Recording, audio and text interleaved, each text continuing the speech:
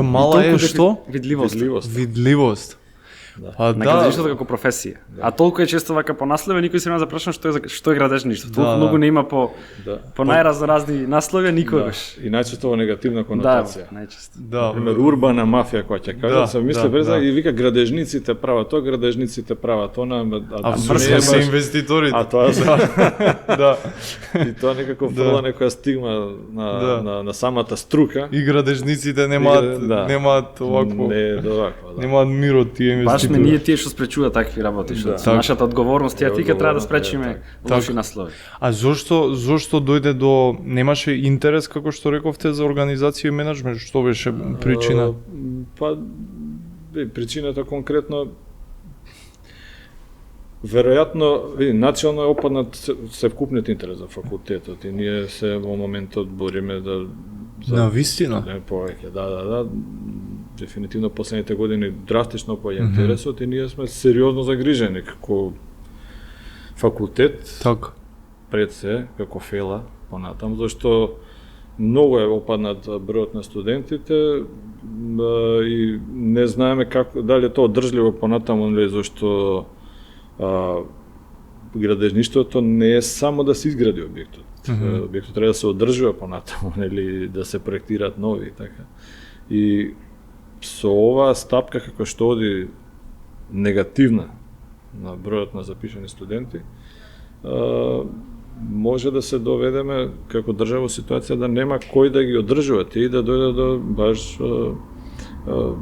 до уназадување во развојот од тој аспект. Значи, ќе нема кадар кој што тоа ќе може да ги извршува сите тие работи на нели одржување, проектирање на нови објекти, реновирање и така натаму. Да.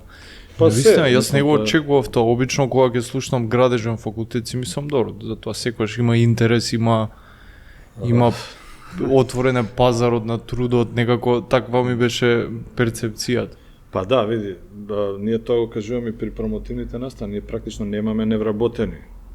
Се барат млади нови кадри, фирмите барат. Сега за разлика од некои други струки, тука не може да се почне со работа незавршен, недипломиран. Зашто има и такви струки, нели? Да. Кои што се доста во овој момент популарни меѓу младите, можеби баш заради тоа. Да. Нашата струка е многу одговорна и не може да се дозволи едноставно такво нешто, впрочем и законски е тоа така, значи не може да се тоа регулирана професија, не може да се почне без, не може да се работи без соодветно овластување да се добие. Така што нема невработени, дури имам доста што да работат и во странство, затоа што пак со нашата диплома сегде е признаена. Ги имаме и потребните вештини, потребните знаења. Дефицитарна е струката не само кај нас, тоа е глобален тренд. На вистина? Да. Дури покрај тоа што се гради многу или баш поради тоа што се гради многу? Па види, се е поврзано. Тоа ме е некој лично видување по некои мои лични информации, што ги следам вака по медиуми, по социјални мрежи, така. Дека секаде е трендот, значи се оди повеќе на овие други, особено нели сега тоа е актуелно околу програмирање, информатички технологии, така, а овие традиционалните професии како малце да се запоставуваат. Иако се пак ќе кажам толку базични да секојаш ќе има потреба од значи не само за градежници, тука и машинци доаѓаат и останатите еве да не набројувам, има потреба, ама нема за жал интерес сега во моментот и затоа ние и како факултет стварно вложуваме напори да подигнеме видливоста, кој што рече Марко. Дури има сега нова комисија на факултет формирана, што така се вика, комисија за подобрување на видливоста на факултетот во општеството. Да. Кој е твоето видување за ова? Зошто е смален интерес? Јавот кога се запиша вака, кога запознав факултетот, ми беше многу чудно. Пред се први тоа што студенти од втора година можат да бидат фирма која што ќе ги стипендира нив и да работат во таа фирма после завршување, значи до толку е дефицитарна насоката страната, нашата професија. Најмногу мислам дека е заради поставеноста на општеството, сега ако се ставиш ти во улога да треба да купуваш стан најчесто утре живеалиште, Така. прво што мислиш е, не знам, дали ќе се слуша комшијата, каква е искористеноста на простор или слични работи, ти никогаш не размислуваш каква е поставеността на конструктивниот систем, дали во шоседа си сигурно. Така, да. И мислам дека се намалува туку улогата на градежни инженери, може и се гледа повеќе како пресметувач, чисто како калкулатор, што е далеко од тоа. Во нашата професија тоа како има техничку бавина, да речеме, уметност е малку далечен збор, ама техничку бавина секако. И појдовна точка во секој проект од градежништвото е градежниот инженер. Премногу фактори има што се вклучува градежен проект за изградба на едно конечно дело, премногу лица учествуваат, ама градежниот инженер е централна улога скоро во секој проект. Меѓутоа, и мене ми е доста чудно што опаѓа видливост. Стварно е една енигма. Тешки да беше еден проблем, ќе го решевме, ама е најчесто е повеќе. Можда, и тоа што зборувавте на почетокот, лошиот углед на градежништвото. И баш ја затоа ги охрабрувам младите лица дека добар студент, утре другиот ќе биде добар инженер и на сите тие што ги слушаме по медиуми лоши примери во градежништво, ќе може директно да влијачи, во буквална смисла директно да влијае тоа да не се случи. Така да сите млади што сакаат да подобра нешто во своја држава, мислам дека градежништвото е добра поетна точка почетно да подобра такви работи со својата етика и работење. Не, дефинитивно градежниот инженер е некој само што ги извршува сите тие планови што се прават на многу повисоко ниво. Кој да речеме што на урбанистички планови, кои одредуваат какви градби на кој простор. Точно, тука немаме влијание градежниот инженер. Видите, тоа исто е една можеби битна работа што исто ние се трудиме помеѓу лаиците, да речеме, или помеѓу општата популација да со нашите настапи да ја една работа да ја подобриме, тоа е точно да се разбере која е улогата на градежниот инженер, што често пати не мешаат и со урбанисти, и со архитекти, која е значи нашата улога. И често пати вака почнувајќи некојаш мали деца доаѓаат на пример од основно училиште, доаѓаат на посети, имаме во лабораторија за геотехника, па нешто карпи им покажуваме и така.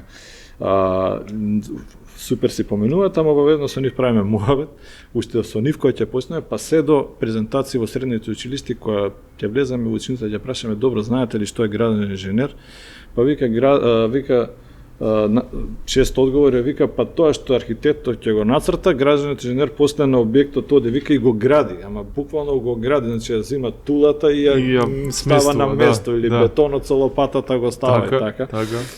И тоа можеби не кај некои средношколци така кои ќе треба да се одлучат што да студираат, можеби се вика сега јас ако можам да седам од дома да работам 3-4 дена у неделата кога сакам како сакам. Зошто би пресметал, зошто сега мислеа? Зошто бидам на објект па да заводам во кал или не знам да ме врне дожд и снег и така.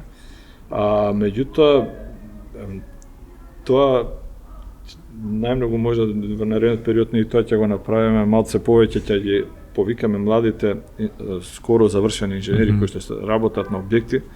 Ми се чини ќе може да пренесат едно одлично супер чувство, онака што секој кој што нешто креира го чувствува, тоа кога ќе го види она делото што го замислил, кој ќе го види вака направено, се заборават сите после потешкоти низ кои што се поминувало, а не е се баш така како што го замислуваат најчесто на општата популација, како што реков, дека тоа струка која што не знам физички многу напорна и така. Баш во себе многу убавена, значи во смисол дека се осмислува скелетот на еден објект, како тој ќе стои и како ќе се постави, онака како што архитектот го цртал, го замислил, ние треба да смислиме како ќе го поставиме, како тој ќе стои. Како да обстои, како да издржи земјотрес, како да издржи ветер, како да издржи на пример поплава. Нели? Еве, на пример мостови. Така. Кога или удари. Така што има доста креативно и иновативно размислување, користење на нови градежни иновативни материјали, тоа сега едно поле кое што со развитокот на технологијата